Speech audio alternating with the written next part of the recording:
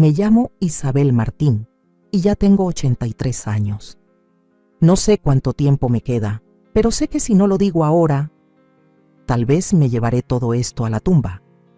Y hay cosas que una vez que se entierran con la gente, nadie más las conoce jamás. Y yo no puedo dejar que eso suceda, no para que me perdonen, tampoco para que nadie me tenga lástima. Solo espero que, si hay alguien allá afuera que esté viviendo días oscuros como los que yo viví, sepa que no está solo. Y sepa que el mal, si no se revela, continuará. Nací en un pueblito cerca de Ávila, donde las antiguas murallas de piedra siguen en pie después de siglos, donde las mujeres pasan toda su vida sin salir de los campos y del mercado. Mi madre era una de ellas. Se llamaba Pilar. Una mujer guapa, modesta, amable, pero la suerte nunca fue buena con ella. Mi padre murió de pulmonía cuando yo tenía 4 años. A partir de ahí, mi madre me crió a mí y a mi hermana menor, Carmen, que era 4 años menor que yo. Éramos pobres, pero nunca sentí que nos faltara nada. Tal vez porque en aquella fría casa de piedra siempre había algo cálido. Tal vez la risa de Carmen o las manos de mi madre peinándome el pelo cada mañana. Cuando cumplí 9 años, mi madre empezó a toser mucho, tosía sin parar, hasta que se le ponía la cara pálida después de cada ataque. Pero seguía yendo al mercado, cosiendo la ropa, cocinando, haciendo todo como si nada pasara. Hasta que un día la vi desmayarse en medio del mercado. El médico del pueblo diagnosticó cáncer de pulmón en fase terminal. Tal vez solo le miro y se queden unas semanas, dijo. Pero mi madre no lloró. Solo me miró fijamente y me dijo: tienes que ser fuerte, Isabel, más fuerte que yo. No entendí por qué me dijo eso hasta unos días después, cuando apareció Sergio, un hombre de mediana edad de Segovia, presentado como amigo de mi madre. Solía visitar a mi madre a menudo, trayéndole flores, azúcar y cuentos que la hacían reír. No me caía bien. Había algo en su mirada, en la forma en que nos miraba a Carmen y a mí, que me hacía sentir incómoda. Pero mi madre tenía esperanza. Una familia completa con padre y madre nos hará más felices, dijo. Menos de 2 meses después se casaron. La boda fue sencilla, con pan negro y sidra. Sergio prometió que nos cuidaría como a sus propios hijos, pero incluso una niña de 10 años como yo entendía que las promesas son más frágiles que un vaso de cristal. Al principio parecía amable, especialmente delante de mi madre, pero me di cuenta de que a menudo llegaba tarde o susurraba por teléfono cuando mi madre no estaba en casa. Un día le oí discutir con alguien fuera, con voz áspera. Voy a pagar, pero dame más tiempo. Ya casi me llega la mercancía. No entendí, pero mi instinto me decía que algo andaba muy mal. Cuando mi madre murió, justo un mes después de la boda, lo vi aliviado. Ni una lágrima, ni una palabra de consuelo para mí ni para Carmen. Solo se preocupó de llamar a alguien para que se llevara el resto de sus cosas. Y luego desapareció durante todo el día. Empecé a tener miedo. Miedo al silencio en la casa sin mi madre, miedo a la mirada fría de Sergio y miedo al vacío en mi corazón. Unos días después del funeral, una mañana fría, me llamó temprano. Sígueme, dijo. Le pregunté a dónde íbamos, pero no respondió. Solo me puse el viejo abrigo de lana de mi madre y lo seguí en el carruaje. Atravesamos caminos brumosos, salimos del pueblo, entramos en el bosque y llegamos a una extraña cabaña de madera junto a la colina. En la puerta, una mujer mayor, vestida de negro, esperaba. Nadie sonrió. Nadie nos presentó. Sergio puso la mano en mi hombro, un poco más fuerte de lo normal. Es un poco terca, pero sabe lo que hace. Puedes empezar esta noche. Me volví con los ojos muy abiertos. Papá, ¿qué estás diciendo? Pero no me miró. La mujer le metió en la mano un fajo de billetes. Sergio los contó cuidadosamente y asintió. Papá, por favor, no quiero quedarme aquí. No me dejes. Me aferré a su abrigo, gritando hasta que me quedé sin voz. Pero me quitó la mano, dedo a dedo. No dijo nada, solo subió rápidamente al carruaje, cerró la puerta de golpe y se marchó, dejándome sola entre dos extraños y la pesadilla que comenzó entonces. Me quedé en el rocío de la mañana, con las manos temblorosas por el frío y el miedo. Beit, mujer me miró como si fuera una mercancía que se entrega. Dijo, ¿tu nombre? No respondí asfixiada. Me abofeteó. ¿Tu nombre? Isabel, dije, casi en un susurro. ¿Isabel qué? Isabel Martín. Asintió. Entró en la casa. Cuando la puerta de la cabaña se cerró de golpe tras de mí, supe que ya no volvería a ser una niña. La mujer que me recibió ese día no sonrió, no preguntó, no me llamó por mi nombre. Solo gritó, arriba, habitación número 6, silencio, no mires a tu alrededor. Una voz seca, como si yo no fuera una persona, sino una mercancía entregada con retraso. La habitación número 6 era una habitación larga, con paredes encaladas amarillas, una cama de hierro oxidada, una manta delgada como el papel y un olor a humedad que acechaba en cada esquina. En la habitación había casi 10 personas, ninguna mayor de 16 años. Nadie me habló. No hubo preguntas ni saludos, solo miradas vacías y un silencio pesado hasta el punto de asfixiarse. Me senté en la cama junto a la ventana, tratando de mantenerme despierta. Esa noche no pude dormir. El crujido de la cama, los jadeos por las pesadillas, la persona que lloraba en silencio al otro lado de la habitación, todo como agujas que me clavaban en el pecho. No entendía qué era este lugar, pero estaba segura de que no era la escuela como me había dicho mi padrastro. A la mañana siguiente, antes de las 6, la puerta se abrió de golpe. Una mujer alta, con el pelo recogido, con fuerza, entró con un látigo de mimbre en la mano.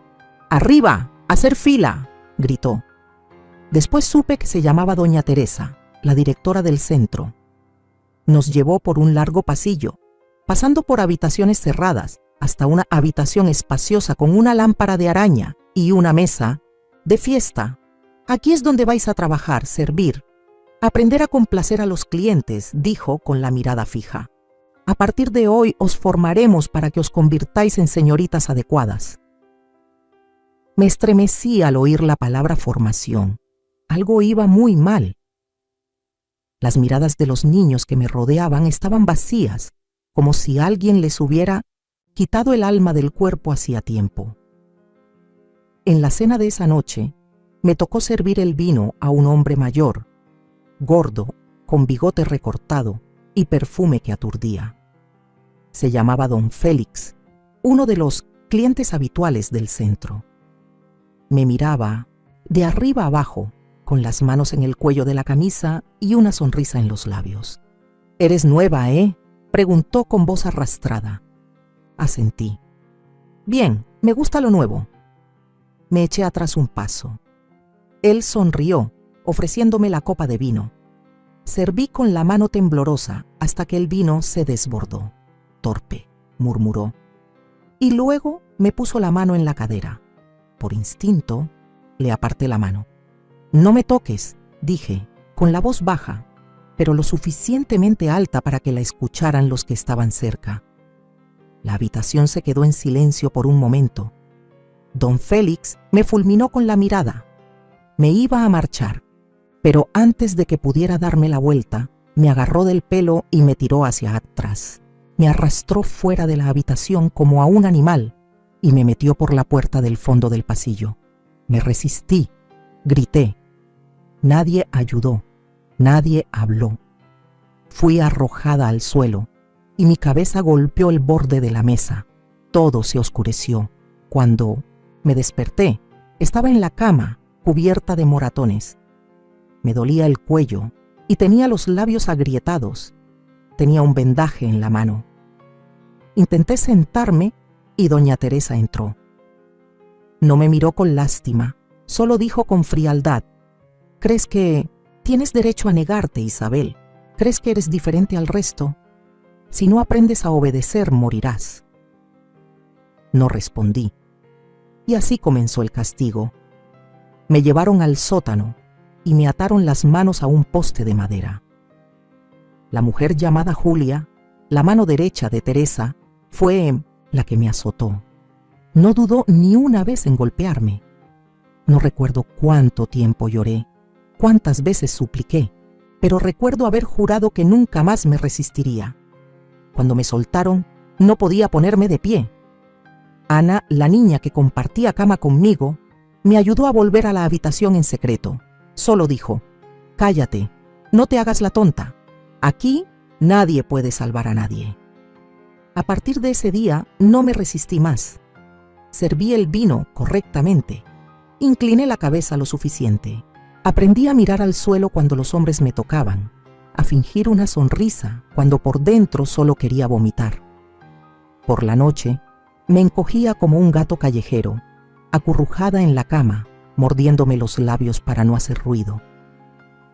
Lucía, una de las chicas mayores, me susurraba: «Quieren que te quiebres, cuando te quiebras se divierten».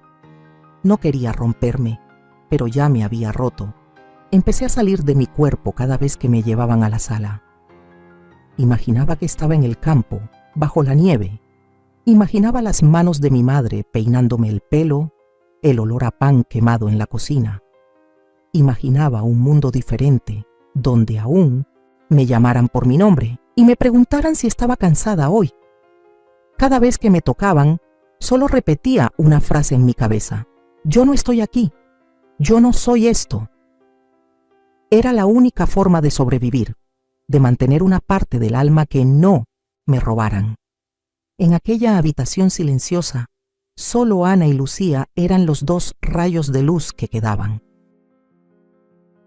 Ana me ayudaba a curar los moratones y en secreto me ponía migas de pan en la almohada en las noches que no comía. Lucía, fuerte y perspicaz, me enseñó a aguantar el dolor, a esconder zapatos debajo del suelo de la habitación, a reconocer qué noches había muchos clientes y en qué noches podía refugiarme en el baño unos preciosos minutos más.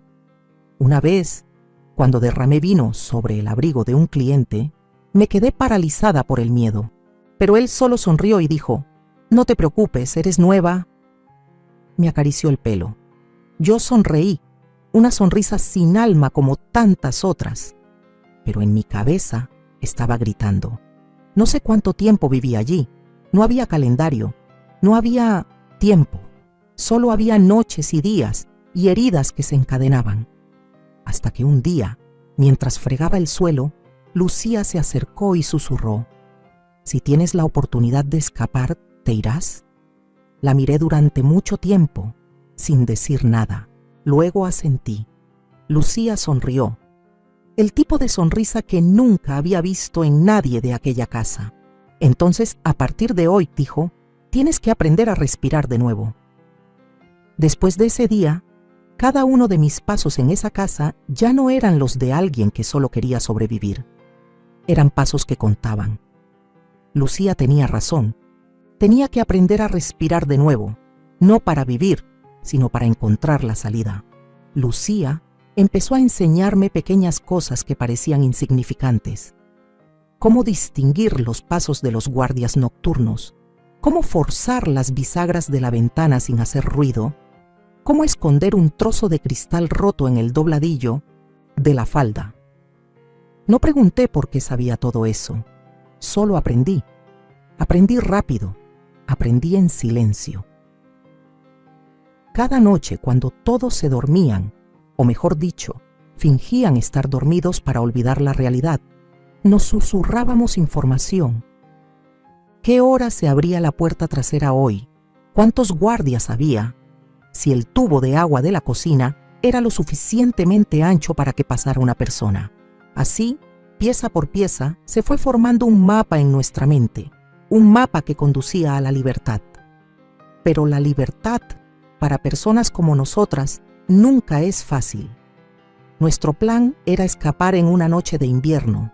Hacía mucho viento, llovía, mucho. y había un grupo grande de clientes invitados, por lo que la mayoría del personal estaría ocupado atendiéndolos. Ana y yo fingiríamos que nos dolía el estómago para que nos llevaran a la habitación antes. Lucía, que estaba en la cocina ese día, aprovecharía para cortar la electricidad temporalmente en el pasillo oeste, donde no había cámaras en la puerta trasera. Todo estaba calculado.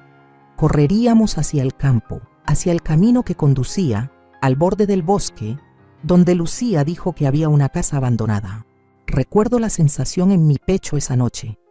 No era miedo, era esperanza. Un poco de esperanza demasiado grande para mi pequeño cuerpo en ese momento. Pero olvidamos una cosa. La esperanza es algo que la oscuridad siempre sabe aplastar. Todo salió según lo planeado, hasta que Ana fue descubierta intentando abrir la puerta de la cocina para coger la llave de repuesto. Julia la atrapó. Ella gritó. La alarma sonó por toda la casa. Lucía y yo corrimos, no miramos atrás, pero los pasos que nos perseguían fueron más rápidos. La puerta de atrás estaba cerrada. No pudimos subir por el desagüe como habíamos planeado. Lucía intentó empujarme hacia adelante, pero un brazo me agarró el pelo y me tiró hacia abajo. Me arrastraron de vuelta como a un animal. Y a Lucía solo vi su mirada por un segundo, una mirada que se volvió hacia mí, que no era de miedo ni de ira, solo de una cosa, perdón. Nos separaron. No volví a ver a Lucía en más de un año, y a Ana oí decir que la trasladaron a otro sitio. Los que no saben comportarse serán enviados al campamento base, dijo Julia.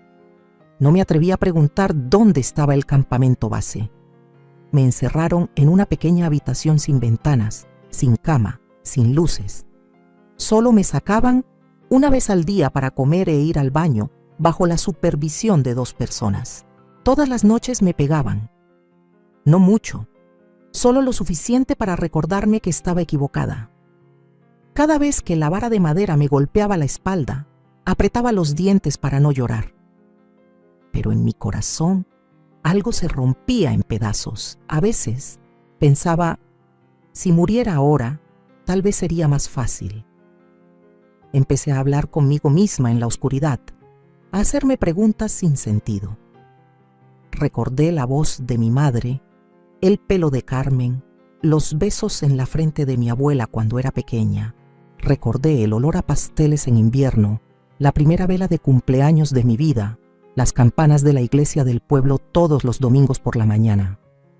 Los pequeños recuerdos se convirtieron en lo único que me ataba al mundo. 31 días después, me soltaron. Estaba seca como una rama. Tenía moretones por todas partes y el pelo se me caía a mechones. Pero estaba viva. Y ya no era yo. No hablaba. No miraba a nadie. No reaccionaba. Hacía todo lo que se me pedía. Me levantaba temprano, trabajaba, servía. No respiraba demasiado fuerte. Me convertí en parte de la casa, una sombra sin alma, una marioneta perfecta, pero cada noche me susurraba en mi mente: Lucía no está muerta, habrá otra oportunidad, hay que vivir, hay que esperar. Y luego, un día, en la primavera del año siguiente, la puerta de la habitación se abrió y Lucía entró. Estaba delgada, demacrada, pero con los ojos ardiendo como antes. No corrí a abrazarla, no lloré, solo la miré y asentí. Ella también asintió. Empecé a sentir algo inusual en mi cuerpo unas semanas después del regreso de Lucía. Al principio, solo fueron náuseas leves por la mañana, cansancio constante y dolores sordos en la parte inferior del abdomen. Intenté ocultarlo, intenté pensar que era solo una consecuencia de los meses que pasé encerrada y maltratada. Pero mi cuerpo, aunque destrozado, aunque exhausto, seguía enviando señales claras. Estaba embarazada. No se lo dije a nadie. Hasta que mi barriga no pudo ocultarse, doña Teresa se dio cuenta, pero contrariamente a lo que temía, no se enfadó. Ella sonrió. La primera sonrisa que vi de ella, pero fue lo que me dio más escalofríos que los golpes de la vara. La chica es valiosa, dijo a Julia con los ojos fijos en mi vientre.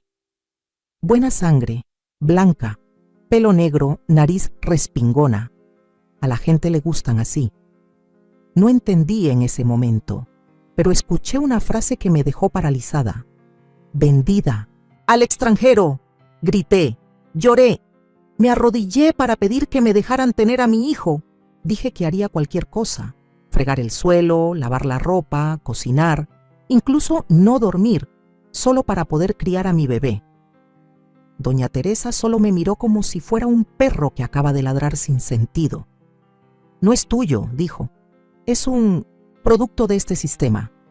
Y deberías sentirte afortunada de que al menos esté vivo. A partir de entonces, ya no se me permitió moverme libremente.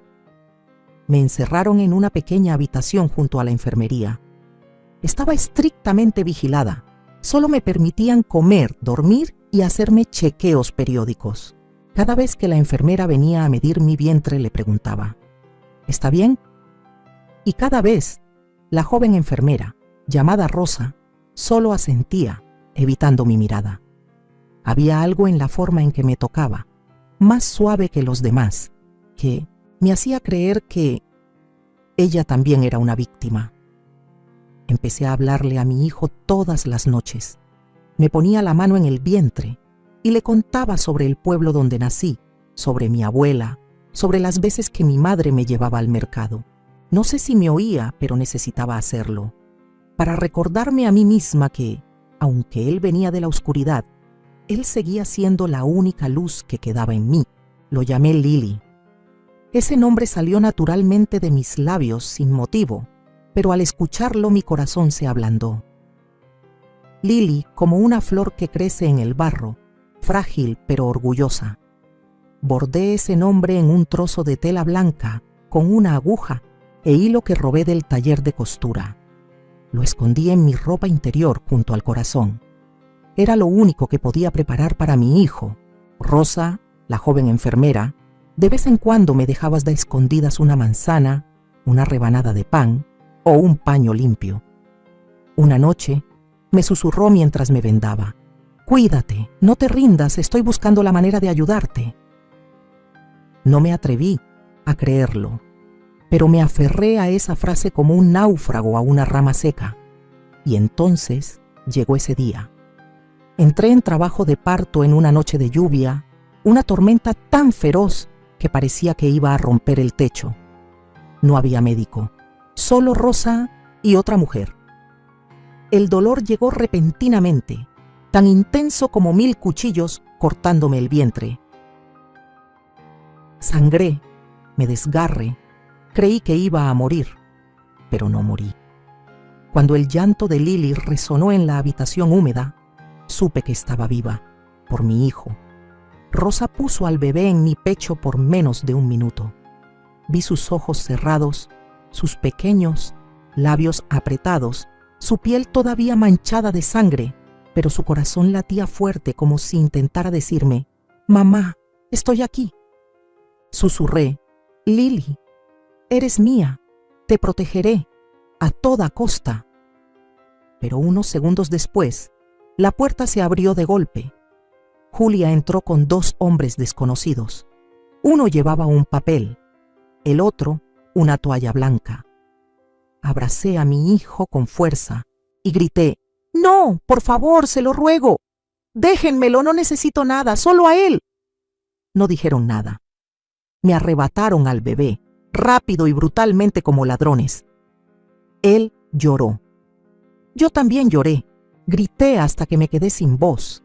Me revolví como un animal arrancado de su cría, pero nadie respondió. El llanto de Lily se desvaneció. La puerta se cerró de golpe y me desmayé. Cuando desperté, estaba sola en la cama de hierro. Leí. Sangre seguía manchando el suelo. Mi vientre estaba vacío. Mi pecho dolía como si me lo hubieran cortado. Doña Teresa entró. En la mano tenía un papel. «Murió», dijo, con la voz como si anunciara la pérdida de una mercancía. No, lo superó. Deberías olvidarlo. No respondí, solo la miré fijamente, porque sabía que estaba mintiendo. Había oído el llanto de mi hijo. Lo había visto patear, sonrosado, sano. Nadie podía convencerme de que Lily había muerto. Mi hijo seguía vivo, en algún lugar de ahí fuera. Y a partir de ese momento, supe que no podía morir. No podía rendirme. No podía dejar que mi historia terminara aquí. Ya no era una víctima. Era una madre que había perdido a su hijo y lo encontraría a cualquier precio. No recuerdo cuánto tiempo lloré después de que me robaron a Lily, pero recuerdo muy bien el momento en que dejé de llorar. No vino de la resignación, sino de una clara decisión. No volvería a llorar. Encontraría a mi hijo, pero primero tenía que salir de este lugar. Empecé a observar todo de nuevo. ¿A qué hora entraba Julia en la habitación? El camino del camión de la comida, el ritmo de las patrullas de los guardias, qué puertas hacían ruido y cuáles no. Todo como si estuviera reviviendo la fuga anterior con Lucía, pero esta vez tenía más que perder. No solo corría por mí, corría para encontrar a mi hija. Fui a ver a Lucía. Ella me miró por un largo rato. No estás lo suficientemente fuerte, dijo. Tu cuerpo aún no está curado. Pero mi voluntad sí. Empezamos a prepararnos, silenciosamente en secreto. Lucía tenía algunos planes viejos y algunas conexiones que yo nunca había conocido. No pregunté mucho. En el infierno, saber poco a veces es vivir más tiempo. La primera fuga tuvo lugar después de una ceremonia religiosa que se celebró en el centro. En ese momento, los invitados, los guardias y el personal estaban dispersos. Lucía y yo nos colamos por las alas de la casa, acercándonos a la zona del antiguo establo, donde una valla era más baja de lo normal, cerca del bosque. Casi habíamos logrado salir. Podía oler la tierra de la libertad, el olor a pino de una noche fría, y también mi corazón que quería estallar de esperanza, pero mi pie se enganchó en un alambre roto. Se produjo un pequeño ruido que nadie pareció notar. Pero a los pocos segundos, los focos nos apuntaron directamente. Sonaron las sirenas, sonaron los pasos. Me arrastraron hacia atrás como a una bestia salvaje. A Lucía la golpearon en el acto. A mí me ataron las manos y me llevaron a la celda especial, que yo pensaba que era solo para los sin valor. No me golpearon de inmediato. Me dejaron allí, en la oscuridad, sin agua, sin comida, durante 3 días seguidos. Me dejaron allí, hambrienta hasta la alucinación. Me dejaron allí, con tanto miedo que estaba dispuesta a suplicar. Luego entraron. Esta vez, no solo estaba Julia. Estaban los 2 hombres que se habían llevado a Lily. Usaron culatas de pistolas, tuberías de metal y zapatos. No grité, no supliqué. Solo me quedé allí, permitiendo que la sangre y las lágrimas se mezclaran, para recordarme a mí misma, sigues viva, y mientras estés viva, tienes esperanza. No morí, aunque me quisieran casi así. Después de eso no me dejaron salir de la habitación en más de 2 meses. No me permitieron hablar con nadie, no vi la luz. No supe si Lucía estaba viva o no. Solo tuve una vez Rosa, que deslizó a escondidas un trozo de papel por la rendija de la puerta. Hay otra oportunidad. No te rindas. De esas palabras decidí. Lo intentaría de nuevo, una vez más, aunque me costara la vida. Al mes siguiente, una nueva chica llamada Marina fue llevada a mi habitación. Su rostro estaba lleno de cicatrices, sus ojos desorbitados. Había sido abusada solo 3 días después de llegar. La abracé en la primera noche, como Ana me había abrazado a mí. Cuando sollozó preguntando, ¿podemos escapar? La miré directamente a los ojos. Sí. Empezamos a rehacer los planes desde cero. Esta vez fuimos más silenciosas, más cuidadosas y más audaces. Lucía volvió una semana después con un brazo enyesado. No pregunté qué había pasado, solo la abracé. Asintió. ¿Estás lista? Estábamos listas. La puerta se abrió una noche de principios de verano, gracias a un pequeño descuido en el horario de guardia, que Rosa nos había ayudado a organizar. No habló mucho, solo me metió en la mano una llave y un sobre fino. Dentro está el mapa y algo de dinero. Hay un autobús en el pueblo al lado del bosque. Vete. Asentí. No lloré. Solo susurré, gracias, por Lili. Escapamos Lucía, Marina y yo por un túnel de agua. Mi cuerpo aún dolía. Cada paso era un gemido en mi pecho, pero no me detuve.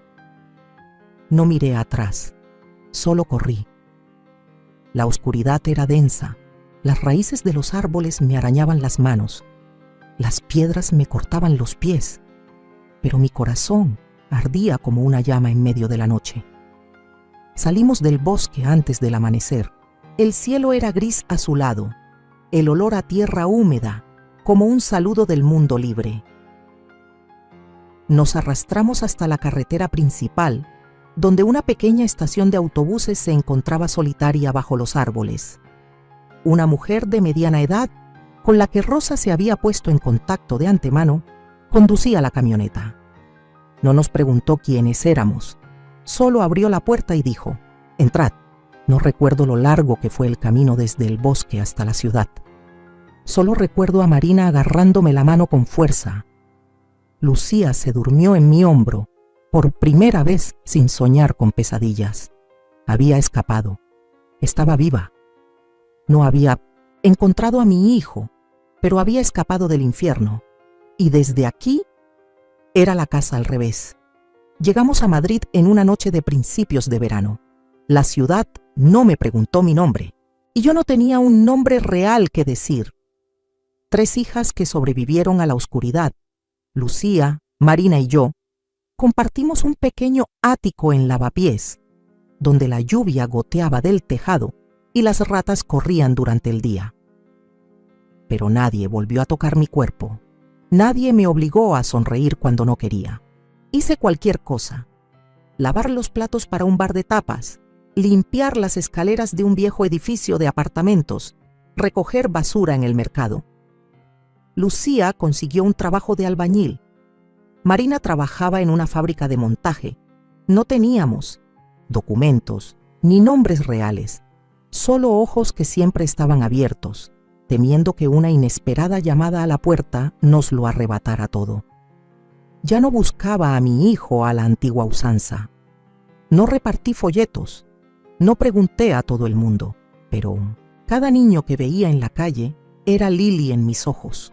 Todavía recuerdo el rostro sonrosado de mi hijo, el llanto vibrante en aquella lamentable habitación esa noche. Nadie pudo convencerme de que el niño había muerto, y luego conocí a Jacobo, el primer hombre de mi vida que no me hizo querer huir. Era carpintero, tenía un pequeño taller, vivía en silencio, era amable y viudo. Cuando fui a pedirle que limpiara el taller, no me preguntó de dónde venía. Solo dijo, «Puedes empezar mañana por la mañana. Necesito a alguien honesto más que un historial». En ese taller lleno de polvo y olor a barniz, me hice humana. Así de simple. Aprendí a serrar madera, a cepillar mesas, a escuchar el sonido del cincel sobre las vetas del roble. Dormía bien por primera vez en muchos años. Jacobo no me tocó, pero siempre dejaba un poco de sopa caliente preparada. Y esa noche, cuando soñé con Lili y me desperté sobresaltada y llorando, no preguntó nada. Solo se sentó en el suelo junto a mi cama, me cogió de la mano y se quedó allí hasta la mañana. Nunca nos casamos, pero cuando tuve un hijo, lo llamamos Iván, un nombre corto y fuerte, como el punto final de un pasado doloroso. Iván creció en un pequeño apartamento, pero lleno de risas. Tenía mis ojos, la sonrisa de Jacobo y una mente brillante como la luz del sol después de la lluvia. Nunca supo quién era su madre. Solo le dije, «Perdí algo importante, y tú eres el regalo que la vida me devolvió». Jacobo murió de un derrame cerebral cuando Iván estaba en segundo año de universidad. Lloré en silencio, pero en mi corazón supe, al menos había tenido una familia, había amado, había sido amada, había sido madre. En los años siguientes, Iván se mudó, se hizo ingeniero y tenía un trabajo estable. Todos los fines de semana me visitaba. Un día me dijo: «Mamá, estoy saliendo con una chica maravillosa, se llama Lili». Me quedé aturdida. Ese nombre era como una cuchilla que atravesaba la cicatriz cicatrizada. Lili. Ella. ¿Quiénes son sus padres?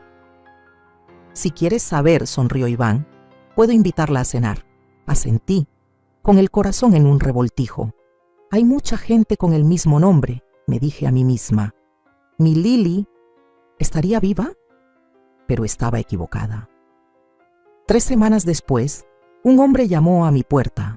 Educado, de porte tranquilo, se presentó como Rodrigo Díaz, un abogado de una organización que investiga la trata de personas.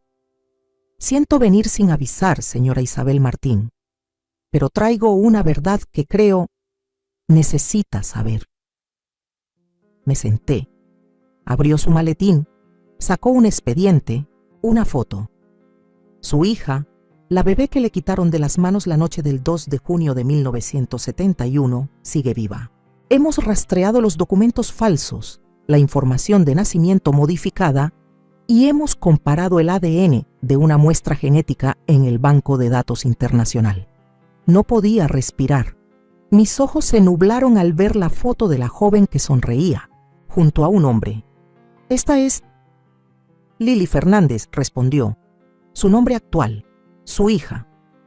Extendí mi mano temblorosa para tocar la cara en el papel, y entonces vi lo que me congeló por completo.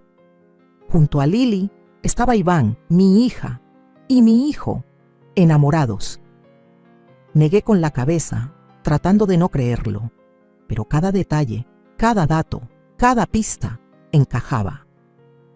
Lili había sido vendida a una familia adinerada, criada en una mansión de Segovia, sin saber que había nacido en el infierno. «No», exclamé, «no puede ser. No puedo dejar que ellos vivan así». El señor Rodrigo me puso la mano en la mano. «Lo sé, pero ahora solo tú puedes decir la verdad». Me desplomé en la silla, sintiendo que la tierra se agrietaba bajo mis pies. No había palabras para expresar ese sentimiento. No era solo conmoción, era horror, era culpa hasta los huesos, era el destino retorciendo todo en la máxima tragedia. Había vivido toda mi vida para encontrar a mi hija, y al final, cuando la encontré, yo era quien tenía que romper el pequeño y feliz mundo que tenía. Había pensado que había soportado los golpes más brutales de mi vida, pero nada, ni la tortura, ni el hambre, ni esas noches de desesperación podía compararse con el momento en que tuve que decirles a mis hijos que eran hermanos. Había soñado con el día en que volvería a abrazar a mi hija, pero no de esta manera. No para arrebatarle su felicidad, para truncar su vida con una verdad imperdonable. Me quedé toda la noche esperando a que Iván regresara. No sabía por dónde empezar. Solo sabía que el silencio lo mata todo. Ya había estado en silencio durante demasiado tiempo. Cuando Iván abrió la puerta, sus ojos brillaban. «Mamá, tengo buenas noticias. Lili ha aceptado mi propuesta. Nosotros...» Lloré. No lloré de emoción, sino porque mi corazón parecía estallar en 1000 pedazos. «Iván, siéntate», susurré. «Necesitas saber la verdad». Se lo conté todo. Desde que mi madre murió, me vendieron, me encerraron, me torturaron, me quedé embarazada, tuve a Lili y luego la perdí. Le mostré la foto, el certificado de ADN, la prueba de Rodrigo. Iván se quedó en silencio. Nunca lo había visto así. Se le congeló todo el cuerpo, apretó los labios y sus ojos se abrieron como si no pudiera creerlo. «No, mamá, estás mintiendo. ¿Cómo es posible? Lili Lily es tu hermana, dije ahogada. Ella es la hija que perdí y ahora tú eres su marido. La silla cayó al suelo. Iván se levantó y retrocedió como si yo fuera un monstruo. No, no, esto es una broma macabra, ¿verdad? Grité. No hay nadie macabro aquí más que aquellos que se la robaron a su madre. Iván golpeó la pared. Sus ojos estaban inyectados en sangre. La amo, yo. ¿Cómo puedo? Lo abracé, pero me apartó. Necesito salir, necesito respirar. Y se fue. Me desplomé en el suelo como si mi propia alma hubiera sido aplastada. Lo había arruinado todo, pero no tuve elección. A la mañana siguiente, Lily vino. La recibí en silencio. Vi a mi hija, adulta, guapa, amable, y mi corazón se apretó a cada latido. Ella sonrió, extendió la mano. Señora Isabel, ¿está Iván en...? Le cogí la mano. Lily, siéntate. Necesito contarte algo. Parecía confusa, pero entonces escuchó.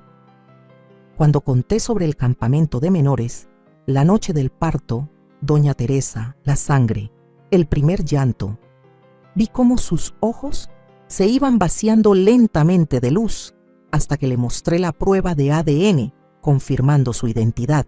Ella exclamó, «No, estás mintiendo, no es posible, yo no soy...». Le cogí la mano para que viera la cicatriz que había estado ocultando durante décadas.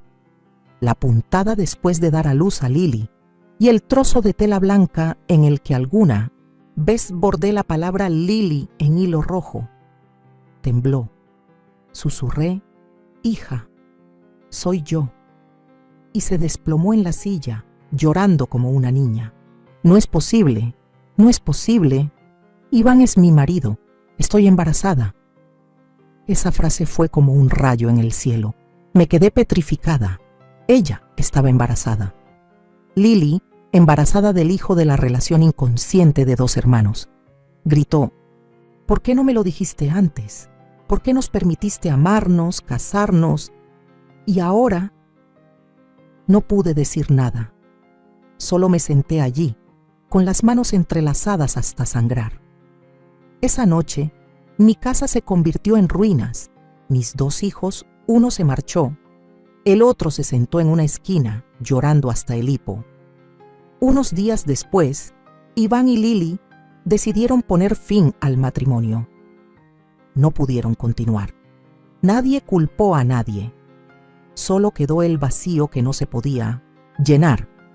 Pero en medio de las cenizas sucedió algo inesperado.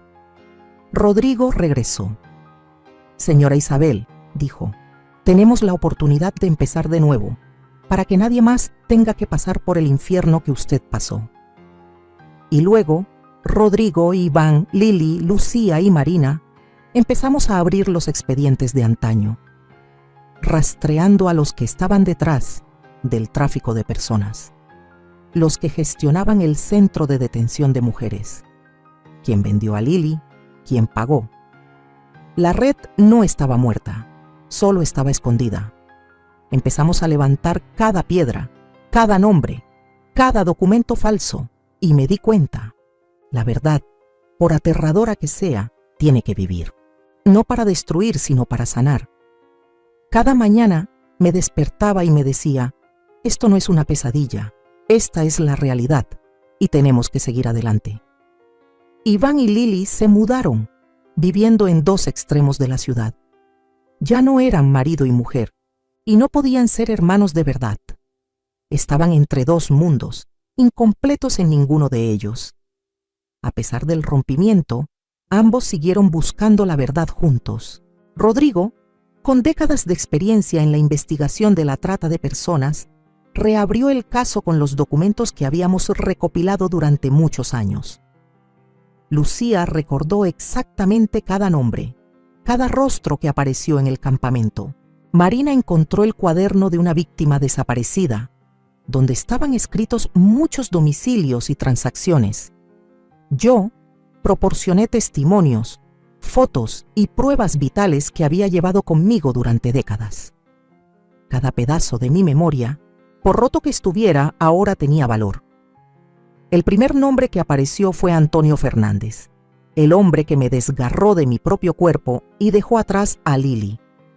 Había muerto hacía muchos años, pero Santiago Fernández, su hijo, seguía vivo y continuaba la carrera de su padre, ocultándola bajo la apariencia de un exitoso empresario y político.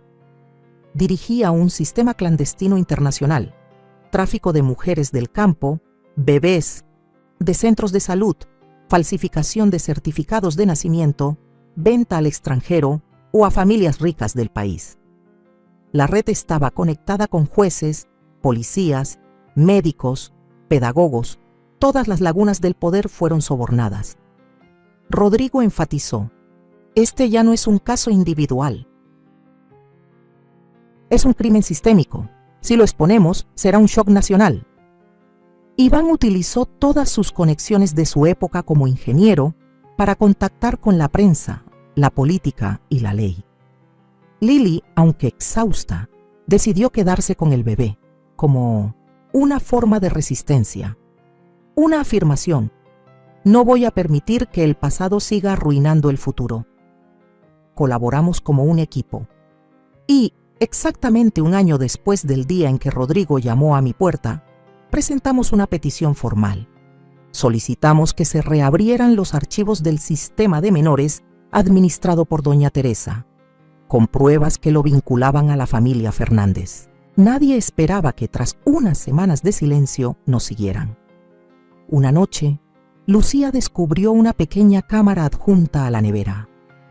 Una semana después, le cortaron los frenos al coche de Iván. Por suerte, lo descubrió antes de salir del garaje. Un día, Marina fue atacada en su camino al trabajo, sin robo, sin amenazas, solo un mensaje silencioso: si sabes lo que te conviene, vete. Sabíamos, Santiago sabía que nos estábamos acercando. Cogí la mano de Lili y sentí sus manos heladas.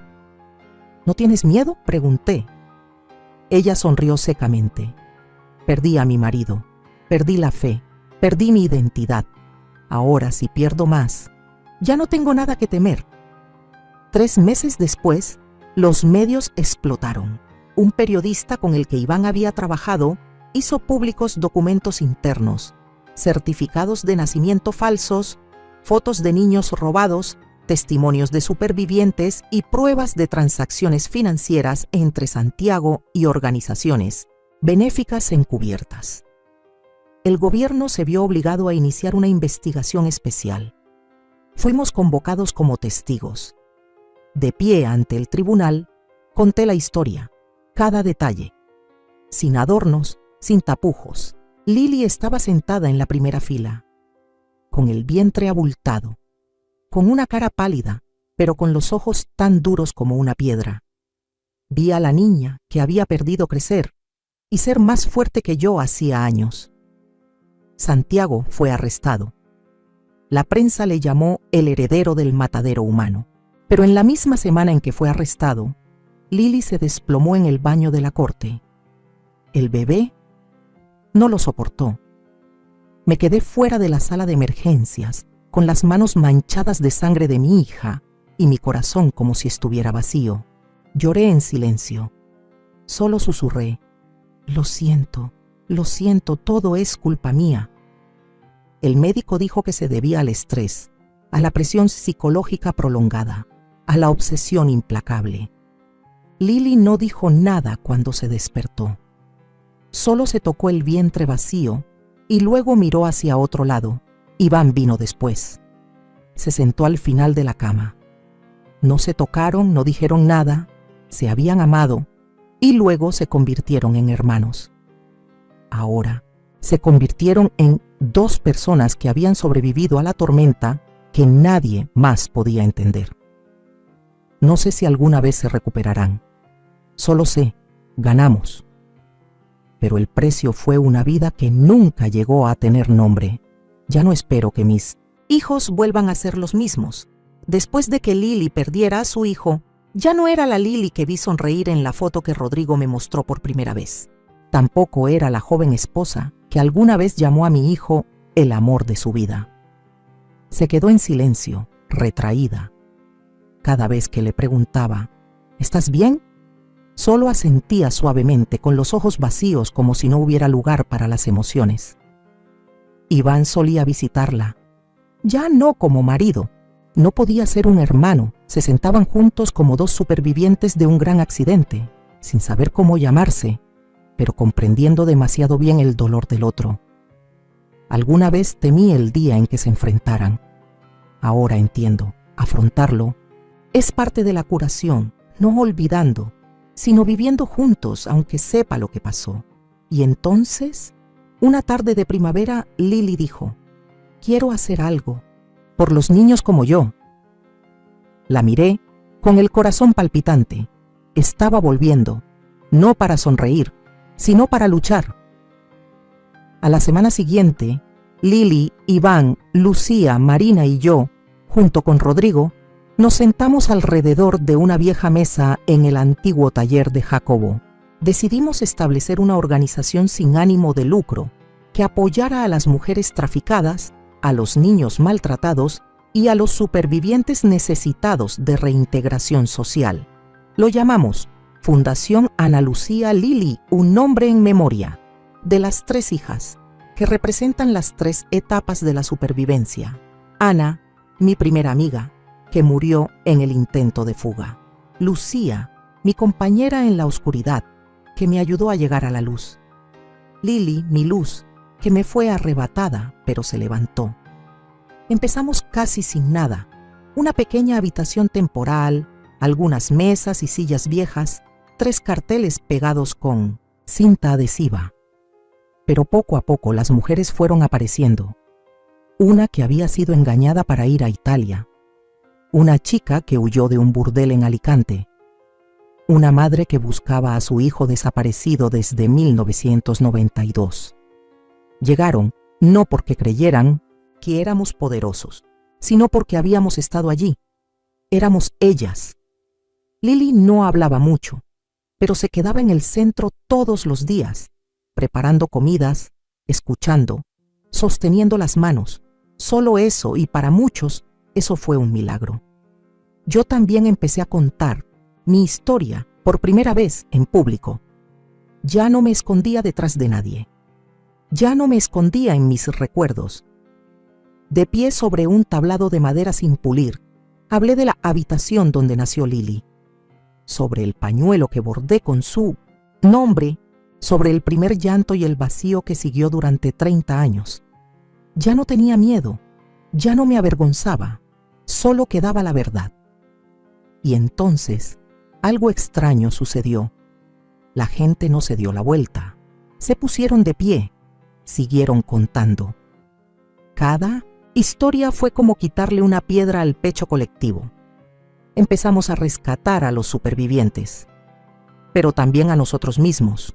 Iván volvió a trabajar como ingeniero, pero los fines de semana ayudaba a mantener el centro, enseñando a los niños a arreglar bicicletas, a instalar lámparas de mesa y a instalar viejas impresoras. Cada vez que lo miro, ya no veo a un niño nacido de la desgracia. Veo a un hombre que sabe cómo levantarse de la verdad. Lily sigue viviendo sola. No se relaciona con nadie nuevo, pero cultiva macetas de lirios blancos en el alféizar de la ventana. No pregunto, solo miro y entiendo. Hay dolores que nunca sanan, pero tampoco necesitan sanar para poder seguir viviendo. He dado un largo rodeo para volver al punto de partida. La gente suele decir que el tiempo cura todas las heridas. No estoy seguro de que eso sea cierto, pero sé que hay cicatrices. Si no vamos a mirarlas de frente, a tocarlas, a nombrarlas, entonces siempre serán heridas sangrantes en nuestra alma. Y por eso decidí regresar. No se lo dije a nadie, solo dejé una nota a Lily. Necesito un día para mí. Alquilé un coche y conduje sola. Una anciana de casi 80 años, sola, de camino a un lugar donde todos me aconsejaban que dejara descansar el pasado. No tenía intención de despertar el pasado, solo quería despedirme de la forma correcta. El terreno donde solía estar el centro para chicas problemáticas es ahora un páramo. La maleza lo ha cubierto todo. Las paredes se inclinan. La puerta de hierro oxidada cuelga flojamente como una dentadura postiza. Caminé lentamente, cada paso con un bastón que emitía un toc, toc, como el latido de un corazón viejo resonando, en un cuerpo que alguna vez fue encerrado, golpeado, obligado al silencio. Recorrí cada habitación en ruinas. Aunque las paredes se habían derrumbado, el suelo estaba destrozado. Todavía recordaba claramente dónde solían haber llantos nocturnos, donde Ana me abrazó, donde Lucía dibujó un esquema de escape con carbón en la pared, donde yo me arrodillé, con sangre mezclada con líquido amniótico, dando a luz a Lili. Entre el dolor y el miedo, me detuve allí y saqué de mi bolsillo algo que siempre había conservado durante décadas. El pañuelo bordado con la palabra Lili. Alguna vez estuvo en mis manos, en la cama rota, la noche que se llevaron al bebé. Mi madre bordó mi nombre cuando tenía 3 años. Yo bordé el nombre de Lili cuando tenía 17. Un círculo de mujeres silenciadas. Puse el pañuelo sobre el ladrillo que quedaba intacto. Hacía viento suave. No llovía, no hacía sol. Era solo una mañana desnuda, tal como era. No lloré. Solo cerré los ojos y susurré: hija, no naciste en la oscuridad. Te encendí una luz desde el momento en que soltaste tu primer llanto. Luego abrí los ojos, me levanté, me di la vuelta, no porque tuviera miedo, sino porque había terminado. Esa noche, cuando llegué a casa, Lili estaba sentada en el sofá con 2 niñas pequeñas, las 2 niñas que acabábamos de acoger de un rescate en la frontera. Ella levantó la vista. Yo asentí suavemente. Ella entendió, sin preguntar. Después de la cena, Iván trajo una pequeña caja de madera. Mamá, dijo, Lili y yo pensamos que era hora de guardar todo. Todo lo que has vivido, contado, escrito, lo convertiré en un diario hablado, para que si algún día nadie se atreve a creer en los documentos, en el papeleo, la gente pueda escuchar tu propia voz. Sonreí. Miré a mis nietas, Emilia y Clara, que estaban pintando en el suelo. No conocían palabras como tortura, trata de personas, violencia. Solo conocían el azul del mar y los girasoles. Espero que solo conozcan la libertad. Me acerqué, me senté y abracé a los 2 niños. Su pelo olía a jabón. Su piel era suave como un cielo que nunca había sido cubierto por la oscuridad. Son la prueba viviente de que todo lo que he pasado no fue en vano. Y les susurré a ellas y a todos los que lean mi vida: recuerda esto. El silencio nunca es una opción. Nadie tiene derecho a robar tu voz. Nadie define quién eres ni dónde reside tu valor. Incluso si el mundo entero te dice que te calles, cuéntalo. Cuéntalo hasta que nadie tenga que vivir la vida que yo viví. Soy Isabel Martín. Fui vendida, golpeada. Me robaron a mi hija. Me llamaron indigna de vivir. Ahora soy una madre, una narradora, una superviviente, y les dejo la luz. No cuento esta historia para que nadie me tenga lástima. Tampoco es para evocar un dolor. Cuento la historia porque hay verdades que, si no se dicen, siguen creciendo en la oscuridad. Me quedé callada, por miedo, por vergüenza, por pensar que estaba sola. Pero me equivoqué. El silencio no salva a nadie. Solo protege al mal y asfixia a los que han sido lastimados. Si llevas una memoria dolorosa, un pasado en el que nadie quiere creer, por favor, no lo entierres para siempre. Puede que no estés listo para hablar, pero no olvides que la verdad puede perder su voz, pero nunca muere. Perdí mucho: familia, estatus, el hijo que nunca llegué a nombrar. Pero también recuperé lo más preciado: la libertad de hablar. para contar, para convertir el dolor en acción. Si una chica como yo, que fue vendida, encerrada, que pensó que no valía la pena vivir, aún puede levantarse, tú también puedes. Cuenta, sal a la luz, porque cuando una persona habla se puede salvar una vida, pero cuando cientos de personas hablan, un sistema cae.